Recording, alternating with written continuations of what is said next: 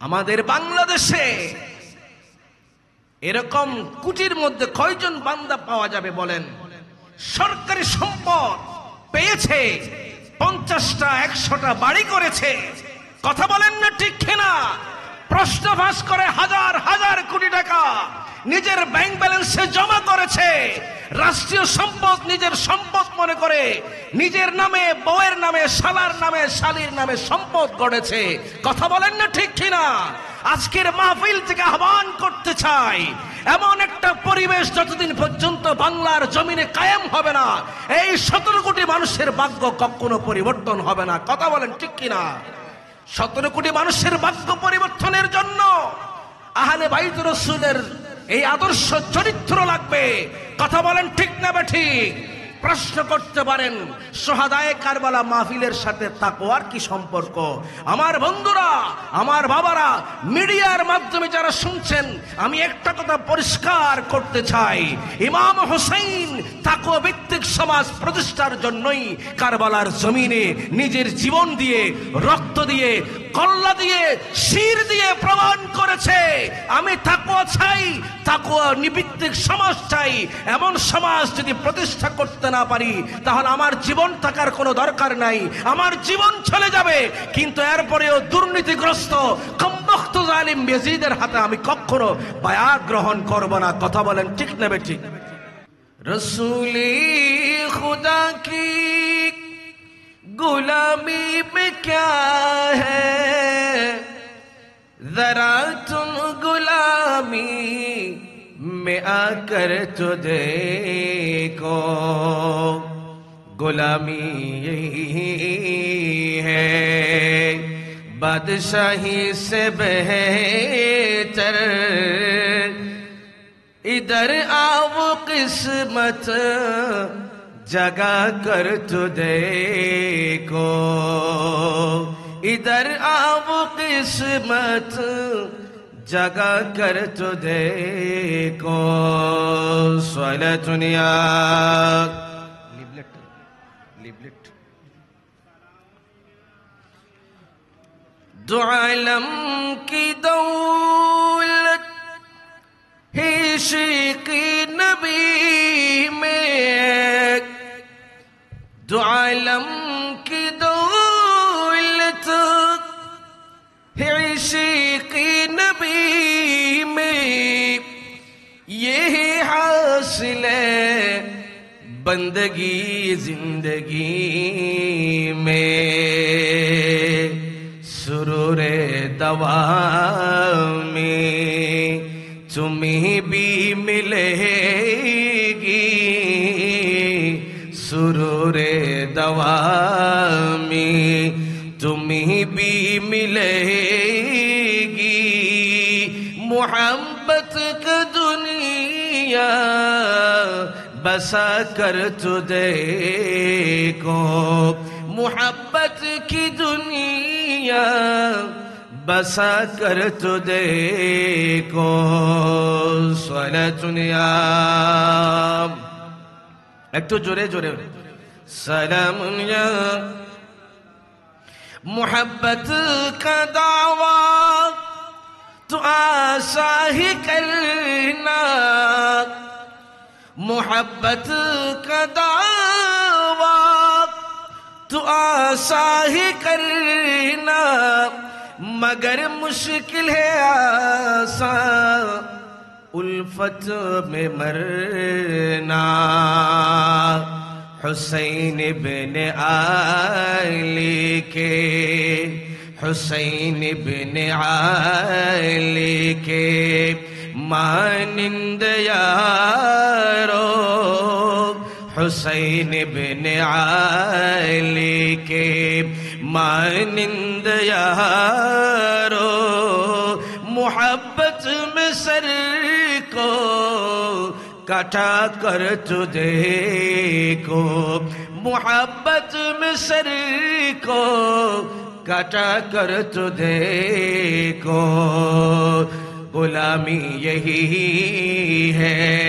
बादशाही से बेहतर, गुलामी यही है बादशाही से बेहतर इधर आओ किस्मत जगा कर तो देखो इधर आओ किस्मत जगा कर तो देखो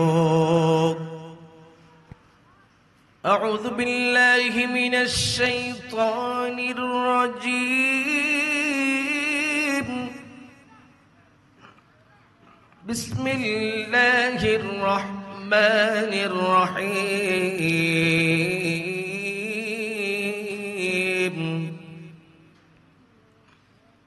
الذين يؤمنون بالغيب ويقيمون الصلاة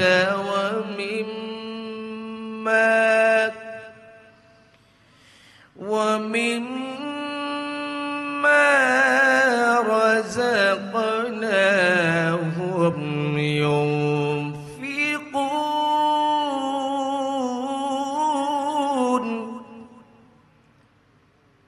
والذين يؤمنون بما أنزل إليك وما أنزل من قبلك وبالآخرة هم يوقنون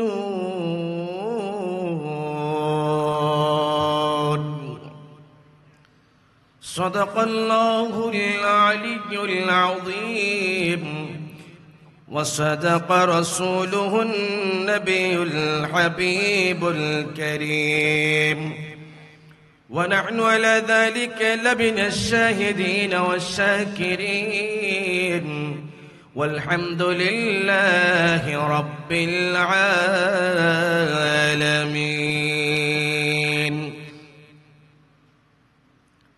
মহান রব্বুল আলামিনের দরবারে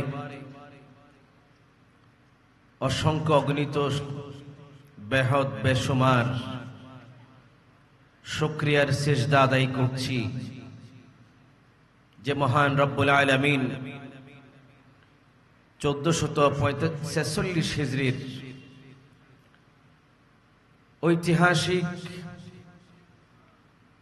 10 দিন ব্যাপী 15তম শুহাদায়ে কারবালা মাহফিলে শুহাদায়ে কারবালা 2024-এ মুত্তাকি হওয়ার উপায় কি, তাকওয়া অর্জনের উপায় কি, যে বিষয়খানা আমাকে দেওয়া হয়েছে অত্যন্ত চমৎকার একটি বিষয়। আমি ধন্যবাদ জানাচ্ছি এই বিষয়গুলো নির্বাচনের পেছনে যাদের অক্লান্ত পরিশ্রম মেধাকে ইউটিলাইজ করে এত সুন্দর সুন্দর বিষয়গুলো তারা নির্বাচন করেছেন। আমি এই জন্য বিষয় নির্ধারক যারা ছিলেন তাদের প্রতি মোবারকবাদ জানাচ্ছি, ধন্যবাদ জানাচ্ছি। আমাকে যে বিষয়টা দেওয়া হয়েছে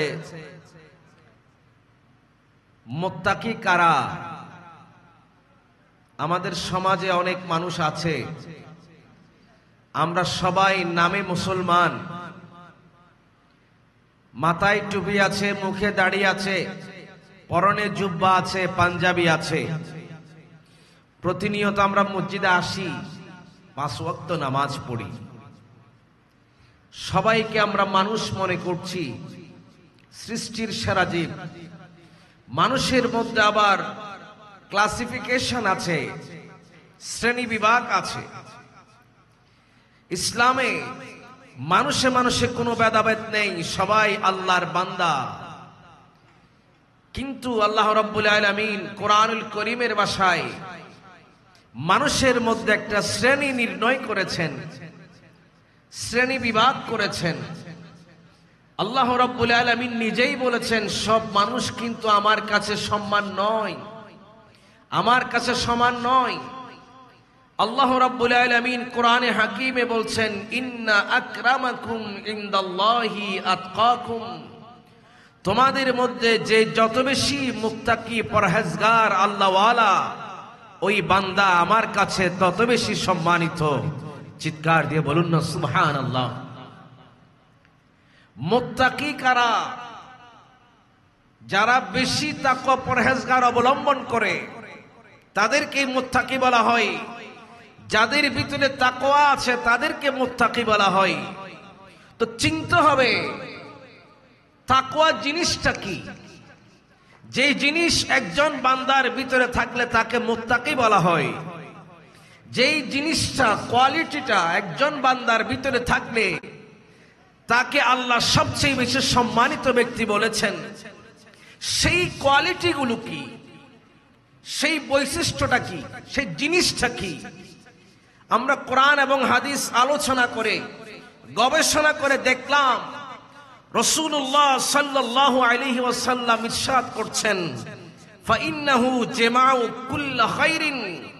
নবী করিম সাল্লাল্লাহু আলাইহি ওয়াসাল্লাম নবুয়তের জবান ইরশাদ করছেন, ও আমার উম্মতেরা শোনো, তোমাদের কাছে অনেক ধন আছে, দৌলত আছে, জ্ঞান আছে, বুদ্ধি আছে, শক্তি আছে, সামর্থ্য আছে, কথা বলার সৌন্দর্য আছে, শারীরিক সৌন্দর্য আছে, তোমার চেহারার সৌন্দর্য আছে, তোমার অনেক কিছু আছে।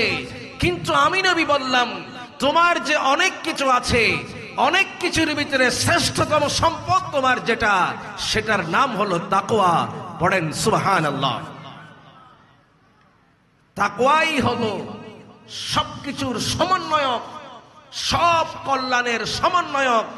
যার ভিতরে তাকওয়া আছে তার ভিতরে সব সামগ্রিক কল্যাণ আছে বলে নবী করিম সাল্লাল্লাহু আলাইহি ওয়াসাল্লাম নবুয়তের জবানে ঘোষণা করেছেন। পড়ুন সুবহানাল্লাহ। নবী করিম সাল্লাল্লাহু আলাইহি ওয়াসাল্লাম ইরশাদ করছেন, ফাইন্নাহু রাসু কুল্লি শাইইন। আমার নবী বলছেন, বান্দারে তোমার কাছে অনেক আছে, তোমার কাছে বিত্ত, বৈভব, যশ, খ্যাতি, কত সম্পদ তোমার কাছে আছে, আর একটা জিনিস তোমার কাছে নাই, সেটার নাম হলো তাকওয়া। আমি নবী বলে দিলাম, তোমার কাছে কিছু নেই আর তোমার কাছে তাকওয়া আছে, তোমার কাছে সব আছে। কারণ এই তাকওয়াই হচ্ছে সবকিছুর মূল।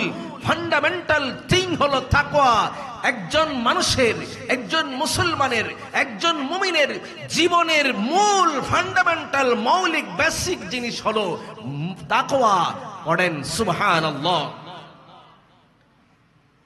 এই তাকওয়া যাদের ভিতরে থাকবে তাদেরকে বলা হয় মুত্তাকি। তাদেরকে বলা হয় কি? তাদেরকে কি বলা হয়? মুত্তাকি। সেদিকেই আলোচনার বিষয়ের প্রতি লক্ষ্য রেখে আমি কুরআনুল কারীমের একেবারে প্রারম্ভিক সূরাতুল বাকারার প্রথম পৃষ্ঠায় আল্লাহ রাব্বুল আলামিন মুত্তাকিদের পরিচয় দিয়েছেন। মুত্তাকিদের একাডেমিক পরিচয়টা তুলে ধরবার আগে কুরআনুল কারীমে আল্লাহ পাক মুত্তাকিদের যে পরিচিতি তুলে ধরেছেন, আইডেন্টিফিকেশন তুলে ধরেছেন, সেটা বলবার আগে আমি মুত্তাকির দুই একটা উদাহরণ আপনাদের সামনে তুলে ধরতে চাই। আল্লাহ রাব্বুল আলামিন এই কথাগুলো আমাদেরকে ভালো করে শুনবার তৌফিক দান করুন। যে বিষয়টা আমাকে দেওয়া হয়েছে এটা অত্যন্ত সেনসিটিভ একটি বিষয়। কারণ আমি যেই বিষয়ে আলোচনা করব সেই বিষয়টা যদি আমার ভিতরে না থাকে তাহলে আলোচনাটা কিন্তু ইফেক্টিভ হবে না, ফলপ্রসূ হবে না। এই জন্য আমি নিজেও শঙ্কিত, আমি নিজেও কনফিউজড। তাকওয়া অর্জন এটা সহজ বিষয় নয়, এটা এত কঠিন একটা বিষয়। আমার নবীজির সাহাবী, ইসলামের দ্বিতীয় খলিফা, খলিফাতুল মুসলিমিন, আমিরুল মুমিনিন হযরত ওমর ইবনুল খাত্তাব রাদিয়াল্লাহু তাআলা, তিনি আমার নবীর আরেকজন জলিলুল কদর সাহাবী হযরত উবাই বিন কাব রাদিয়াল্লাহু তাআলা আনহুকে প্রশ্ন করলেন, হে আমার ভাই উবাই বিন কাব, আপনি আমাকে তাকওয়া সম্পর্কে কিছু বলুন। তাকওয়া জিনিসটা কি? এটা কেমন? মুত্তাকি কাদেরকে বলে? ও উবাই বিন কাব, আমাকে একটা পরিচয় তুলে ধরুন। হযরত উবাই বিন কাব রাদিয়াল্লাহু তাআলা এমন একটা পরিচয় তুলে ধরলেন, যে পরিচয়টা আমাদের সামনে রাখলে মুত্তাকির গুণাবলী কি, তাকওয়া কাকে বলে, সেই বিষয়টা পরিষ্কার হয়ে যায়। হযরত উবাই বিন কাব ওমর ইবনুল খাত্তাব রাদিয়াল্লাহু তাআলা আনহুকে প্রশ্ন করলেন, হে ভাই ওমর, আপনি কি কোনোদিন কাঁটাযুক্ত পথে কণ্টকাকীর্ণ রাস্তা দিয়ে কোনোদিন ভ্রমণ করেছেন কিনা, পথ চলেছেন কিনা? এমন একটা রাস্তা, সরু রাস্তা, একেবারে চিকন, যার ডানেও কাঁটা বামেও কাঁটা, এমন সরু রাস্তা দিয়ে আপনি কোনোদিন পথ চলেছেন কিনা? কথা কি বোঝা যায়? রাস্তাটা একেবারে ছোট, কোন রকম একজন মানুষ হাঁটতে পারবে, ডানেও কাঁটা বামেও কাঁটা। হযরত উবাই ইবনুল কাব রাদিয়াল্লাহু তাআলা আনহু বলছেন, এমন রাস্তা দিয়ে ওমর আপনি কি কোনোদিন হেঁটেছেন, কোনোদিন পথ চলেছেন?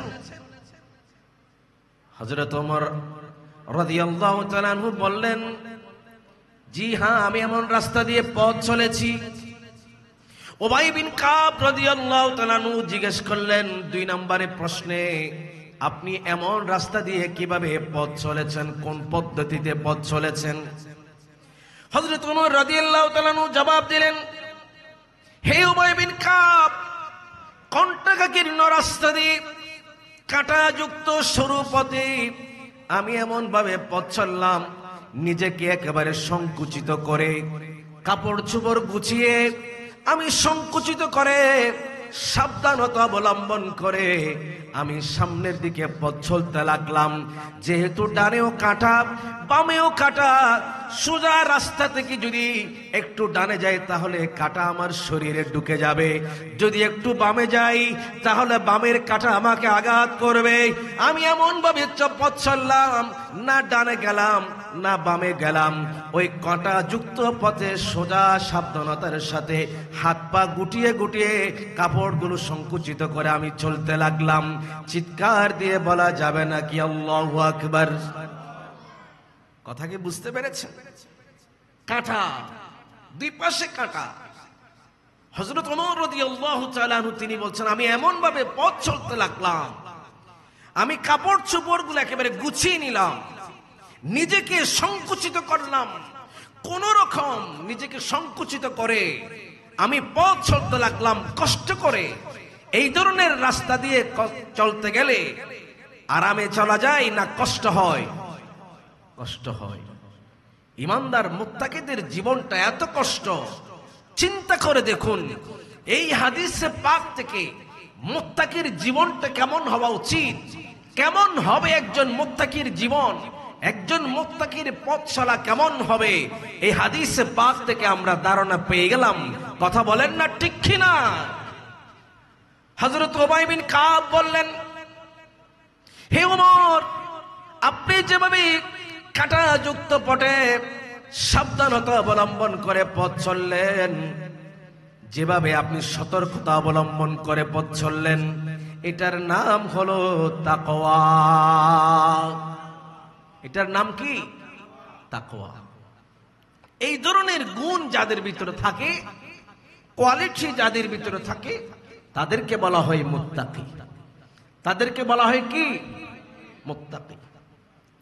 আমার রাসূলের সাহাবী হযরত আব্দুল্লাহ ইবনে ওমর রাদিয়াল্লাহু তাআলা আনহু, হাদিস বর্ণিত হয়েছে বাইহাকি শরীফের মধ্যে, হাদিস বর্ণিত হয়েছে তাবরানী শরীফের মধ্যে।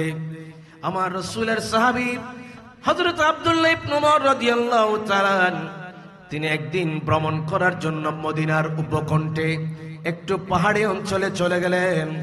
সেখানে দেখা গেল তিনি আরো কয়েকজন বন্ধু নিয়ে সেখানে ভ্রমণে গেলেন, বেড়ানোর জন্য গেলেন।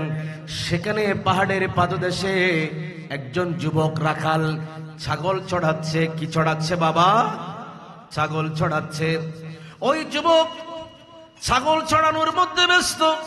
দুপুরের খাওয়ার সময় যখন হয়েছে, আব্দুল্লাহ ইবনে ওমর রাদিয়াল্লাহু তাআলা ওই রাখালকে ডাক দিলেন, বাবা খাওয়ার সময় হয়েছে, আসো আমাদের সাথে বসে তুমি একটু খাও। ওই যুবক জবাব দিল, হে আল্লাহর বান্দা, আপনাদেরকে আমি চিনলাম না, আমি এখন খেতে পারবো না, কারণ ইন্নী সায়েমুন, আমি রোজা রেখেছি।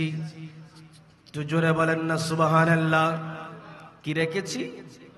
আমি রোজা রেখেছি। আব্দুল্লাহ ইবনে ওমর রাদিয়াল্লাহু তাআলা আনহু জিজ্ঞেস করলেন, বাবারে তুমি এখনো যুবক, এই যৌবনে তুমি এত কষ্ট করার কি কারণ? এই উত্তপ্ত রোদে, কড়া গ্রীষ্মের মধ্যে, বড়া মৌসুমের মধ্যে, এই গরমের কালে, গরমের সিজনে তুমি রোজা রাখার কি দরকারটা ছিল?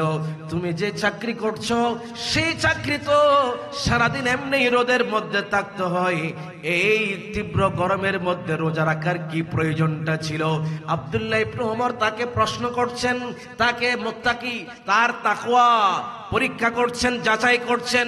ওই যুবক জবাব দিতে লাগলেন, হে আল্লাহর বান্দা আব্দুল্লাহ ইবনে ওমর রাদিয়াল্লাহু তাআলা আনহু, আমার জীবন বাতি কখন শেষ হয়ে যায় আমি জানি না। আমি ওই দিনের জন্য কিছু আমল সঞ্চয় করছি, যেদিন ইয়াউমা লা ইয়ানফাউ মালুন ওয়ালা বানুন, যেদিন আমার ধন সম্পদ, আমার সন্তান সন্ততি, দুনিয়ার কোনো কিছু আমার কোনো কাজে আসবে না। ওই দিন আমাকে নিঃস্ব হাতে উঠতে হবে। কিয়ামতের ময়দানে যখন আমাকে শূন্য হাতে উঠতে হবে, ওই শূন্য হাতে যেদিন উঠতে হবে, সেই দিনের জন্য আমি যুবক কিছু আমল করে যাচ্ছি। কিছু আমল। আব্দুল্লাহ ইবনে ওমর রাদিয়াল্লাহু তাআলা আনহু ওই যুবকের দিকে তাকিয়ে বিস্ময় প্রকাশ করলেন, অবাক হয়ে গেলেন। তিনি আবার জিজ্ঞেস করলেন, আরেকটু টেস্ট করতেছেন, আরেকটু পরীক্ষা করতেছেন, হে যুবক, তোমার এই ছাগলের পালের মধ্যে, বেড়ার পালের মধ্যে অগণিত বেড়া, অগণিত ছাগল, গণনা করে শেষ করা যাবে না। এই অগণিত ছাগলের পাল থেকে আমাকে কয়েকটা ছাগল বিক্রি করে দাও আমার কাছে। আল্লাহু আকবার বলেন। ও আমার বন্ধুরা রে, তাকওয়া কাকে বলে, মুত্তাকি কাকে বলে একটু দেখেন। আমার কাছে কয়েকটা ছাগল বিক্রি করে দাও। ওই রাখাল জবাব দিতে লাগলো, হে আব্দুল্লাহ ইবনে ওমর রাদিয়াল্লাহু তাআলা, এই ছাগল বিক্রি করার ক্ষমতা আমার কাছে নাই, আমি কেবল এটার জিম্মাদারি নিয়েছি, আমার মালিক আমাকে বিক্রি করার ক্ষমতা দেয় নাই। কথা বলেন না ঠিক না? আব্দুল্লাহ ইবনে ওমর রাদিয়াল্লাহু তাআলা আনহু বললেন, হে যুবক, এতগুলো ছাগলের মধ্যে থেকে হাজার হাজার ছাগল, দুইটা ছাগল বিক্রি করলে তোমার মালিক কখনো টের পাবে না, বুঝতেই পারবে না। আর তোমার মালিক তো এখানে নাই, তোমার মালিক কিভাবেই বুঝবে? ওই যুবক আব্দুল্লাহ ইবনে ওমর রাদিয়াল্লাহু তাআলা আনহুর সামনে থেকে চলে গেল। একটু দূরে গিয়ে বলছে, আইনাল্লাহ, আমার আল্লাহ কোথায়? ও আব্দুল্লাহ ইবনে ওমর, একটু জিজ্ঞেস করি, আমার আল্লাহ কোথায়? আমার মালিক এখানে নাই ঠিক কথা, কিন্তু আমার আসল মালিক তো আমাকে তাকিয়ে আছে। আসল মালিক তো আমার দিকে তাকিয়ে আছে, আমি কাকে ফাঁকি দেব? এই জন্য নবী বলেছেন, উম্মত তুমি যেখানে থাকো, তুমি আলোতে থাকো, অন্ধকারে থাকো, প্রকাশ্যে থাকো, অপ্রকাশ্যে থাকো, ওপেনে থাকো, গোপনে থাকো, তুমি পাহাড়ে থাকো, জঙ্গলে থাকো, বাজারে থাকো, হাটে থাকো, কাঠে থাকো, ওয়ানাবার তুমি যেখানে থাকো না কেন, সবখানে তুমি আল্লাহকে ভয় করো, তাকওয়া অবলম্বন করার চেষ্টা করো। পড়েন সুবহানাল্লাহ। এটার নাম হলো তাকওয়া। হযরত আব্দুল্লাহ ইবনে ওমর রাদিয়াল্লাহু তাআলা চলে আসলেন। আসার পরে ওই বালকের, ওই রাখালের মালিককে ডাকলেন। ডাকার পরে বলতে লাগলেন, ও মালিক, তুমি এমন একজন রাখাল পেয়েছো যার ভিতরে তাকওয়া ভরপুর, যিনি পরিপূর্ণ মুত্তাকি হয়ে গেছে। তুমি ছিলে না, তুমি জানতে না, তুমি বুঝতে পারতে না। দুইটা ছাগল বিক্রি করলে তোমার কোনো বুঝার ক্ষমতা ছিল না, এরপরেও তোমার রাখাল আমার কাছে দুইটা ছাগল বিক্রি করে নাই, কারণ সে আল্লাহকে ভয় করেছে। কাকে? আমাদের বাংলাদেশে এরকম কুটির মধ্যে কয়জন বান্দা পাওয়া যাবে বলেন? সরকারি সম্পদ পেয়েছে, 50টা 100টা বাড়ি করেছে। কথা বলেন না ঠিক কিনা? প্রশ্ন ফাঁস করে হাজার হাজার কোটি টাকা নিজের ব্যাংক ব্যালেন্সে জমা করেছে, রাষ্ট্রীয় সম্পদ নিজের সম্পদ মনে করে নিজের নামে, বউয়ের নামে, শালার নামে, শালীর নামে সম্পদ গড়েছে। কথা বলেন না ঠিক কিনা? আজকের মাহফিল থেকে আহ্বান করতে চাই, এমন একটা পরিবেশ যতদিন পর্যন্ত বাংলার জমিনে কায়েম হবে না, এই 17 কোটি মানুষের ভাগ্য কখনো পরিবর্তন হবে না। কথা বলেন ঠিক কিনা? 17 কোটি মানুষের ভাগ্য পরিবর্তনের জন্য আহলে বাইত রাসূলের এই আদর্শ চরিত্র লাগবে। কথা বলেন ঠিক না বেঠিক? প্রশ্ন করতে পারেন, শহাদায়ে কারবালা মাহফিলের সাথে তাকওয়ার কি সম্পর্ক? আমার বন্ধুরা, আমার বাবারা, মিডিয়ার মাধ্যমে যারা শুনছেন, আমি একটা কথা পরিষ্কার করতে চাই, ইমাম হোসেন তাকওয়া ভিত্তিক সমাজ প্রতিষ্ঠার জন্যই কারবালার জমিনে নিজের জীবন দিয়ে, রক্ত দিয়ে, কল্লা দিয়ে, শির দিয়ে প্রমাণ করেছে, আমি তাকওয়া চাই, তাকওয়া ভিত্তিক সমাজ চাই। এমন সমাজ যদি প্রতিষ্ঠা করতে না পারি, তাহলে আমার জীবন থাকার কোনো দরকার নাই, আমার জীবন চলে যাবে। কিন্তু এরপরেও দুর্নীতিগ্রস্ত কমবখ্ত জালিম ইয়াজিদের হাতে আমি কখনো বায়াত গ্রহণ করব না। কথা বলেন ঠিক নেবে ঠিক? এই ধরনের সমাজ প্রতিষ্ঠার দরকার আছে না নাই? এই মানুষের ভাগ্য কোনোদিন পরিবর্তন হবে না। এই ধরনের পরিবেশ যদি তৈরি না হয়, আজকের মাহফিল থেকে যদি আমরা এই একটা শিক্ষা নিয়ে যেতে পারি, তাহলে এই লক্ষ লক্ষ টাকা খরচ করে, রাত দিন পরিশ্রম করে, আমি দেখলাম এই মাহফিলের যিনি চেয়ারম্যান, আমার অত্যন্ত শ্রদ্ধাভাজন প্রিয় ব্যক্তিত্ব আল্লামা আবু তালেব মঈনী সাহেব, এবং তার সাথে আমার আরেকজন প্রিয় ব্যক্তিত্ব তস্কির সওদাগর, তস্কির ভাই, তারা রাত দিন কতক্ষণ দেখি এখানে সোশ্যাল মিডিয়ার মারফতে কোথায় যায়, কি করে সবকিছু চলে আসছে। তারা রাত নাই দিন নাই পরিশ্রম করে, ভাত নাই, খাবার নাই, পানি নাই, এত কষ্ট করে পুরা মাহফিল ইন্তজামিয়া কমিটি এই ধরনের জান্নাতি বাগানটাকে সাজালেন। এখান থেকে যদি আজকে তাকওয়ার শিক্ষাটা নিয়ে যেতে পারি, তাহলে এই ঘাম, এই রক্ত, এই পয়সা খরচ, এই জীবনের সময় নষ্ট করা নষ্ট হবে না তখন, যদি এই মাহফিল থেকে শিক্ষা নিয়ে জীবনকে ইসলামী চেতনায় ইমাম হোসেনের আদর্শে যদি জীবন থেকে রাগাতে পারি, তখনই এই মাহফিল সার্থক হবে। কথা বলেন ঠিক কিনা? কারবালার করুণ কাহিনী কেমনে বলা যায়, কারবালার করুণ কাহিনী কেমনে বলা যায়। নবীর ঔলাদ শহীদ করলো, নবীর ঔলাদ শহীদ করলো নিষ্ঠুরে জিদরায়, কারবালার করুণ কাহিনী কেমনে বলা যায়, কারবালার করুণ কাহিনী কেমনে বলা যায়। সালাতুনিয়াম সালামুনিয়াম সালাতুন ইয়া রাসূলুল্লাহ আলাইকুম। মুত্তাকিদের একটি বৈশিষ্ট্য, ইউমিনুনা বিল গায়ব, অদৃশ্যের উপর বিশ্বাস করবে। আল্লাহকে আমরা দেখছি না, এরপরেও বিশ্বাস করছি এক আল্লাহ, লা ইলাহা ইল্লাল্লাহ আছেন, আমাকে দেখছেন, আমি মহান রব্বুল আলামিনের কুদরতের নজরে সব সময় পর্যবেক্ষণের মধ্যে আছি। যেখানেই যাব সেখানেই আল্লাহ আমার দিকে তাকিয়ে আছেন। অতএব আমি ইচ্ছা করলেও কোন ধরনের গুনাহের কাজে লিপ্ত হতে পারি না। ইউমিনুনা বিল গায়ব, এই যে অদৃশ্য, আমাকে আল্লাহ দেখছেন, আমি আল্লাহকে দেখি নাই, না দেখো ঈমান এনেছি, আর আল্লাহ আমার দিকে সব সময় তাকিয়ে আছেন, আমাকে পর্যবেক্ষণ করছেন কি করি। এমন তো নয় যে আল্লাহ আমাকে দেখতে পাচ্ছেন না, বরং আল্লাহ বলছেন, বান্দা তোমাকে তো আমি দেখছি, তোমার হাঁটা দেখছি, তোমার চলা দেখছি, তোমার উঠা দেখছি, বসা দেখছি। শুধু তাই নয়, তোমার এই হৃদয়ের ভিতরে, হৃদয়ের গহীনে কি জল্পনা কল্পনা, সেটাও আমি আল্লাহ দেখতে পাচ্ছি। পড়েন সুবহানাল্লাহ। লা ইয়াখফা আলাল্লাহি মিন শাই, আল্লাহর কাছে কোনো কিছুই গোপন নয়, সবকিছু আল্লাহ দেখছেন। অতএব আমাদেরকে যেখানেই আমরা থাকি সেখানেই আমাদেরকে মুত্তাকির পরিচয় দিতে হবে, তাকওয়া অবলম্বন করতে হবে। কথা বলেন ঠিক কিনা?